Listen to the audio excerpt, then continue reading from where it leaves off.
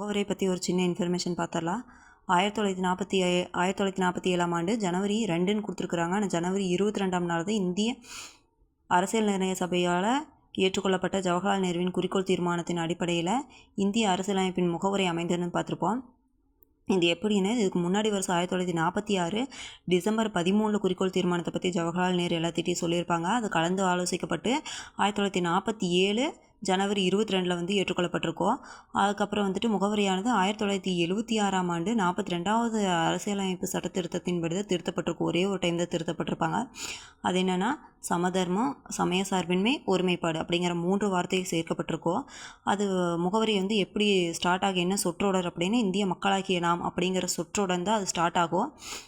இந்த 1976 42வது அரசியலமைப்பு சட்ட திருத்தத்தை மினி கான்ஸ்டியூஷன் சொல்லுவாங்க. அதுதான் அரசியலமைப்பின் 42வது சட்ட திருத்தம் சிறிய அரசியலமைப்பு என அறியப்படுகிறது.